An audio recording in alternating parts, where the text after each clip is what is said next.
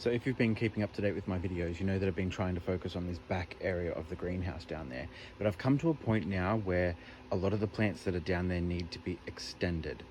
And I don't have room in here to extend the plants. So what I'm thinking is maybe I'll focus on this greenhouse for a little bit and focus on the plants that are up to the second pole, and then chop them to make room for the plants in the other greenhouse, and then bring the other plants in the other greenhouse over here.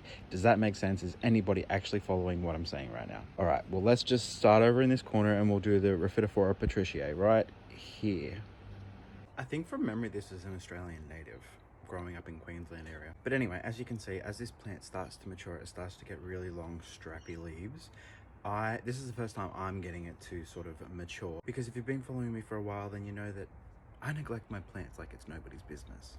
But as of late, I've really got into the swing of sort of getting on top of things. And by getting on top of things, I mean, it's been like 2 weeks that I've been attempting to get on top of things, so we're getting there slowly.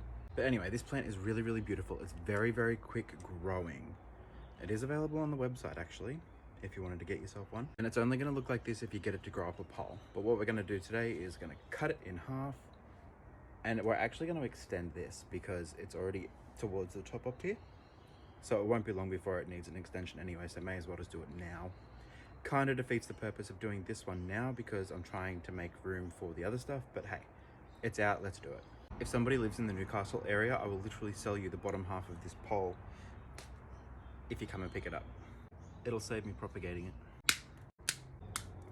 Also need to disconnect the additional plants. I don't have scissors on me, so we're just using the wire cutters, which you probably can't see. Take the bottom moss out of the pole. About that much is fine. Fill the bottom up. Get your pot. I'm using a 200mm. Stick it in, flip, and then fill it up. Doesn't matter too much if any leaves are sort of getting buried. That'll be fine. People seem to think that your plant will rot. By the time it starts to rot, it'll have rooted into other parts of the pole. So don't worry about things so much. It's not that serious. When a plant's this big, it ain't gonna die in a hurry.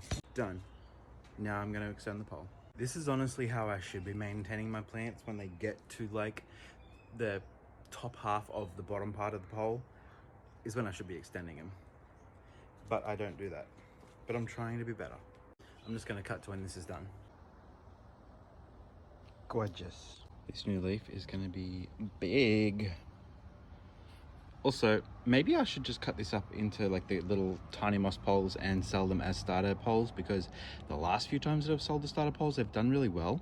It doesn't look like there's much, but it's on the other side.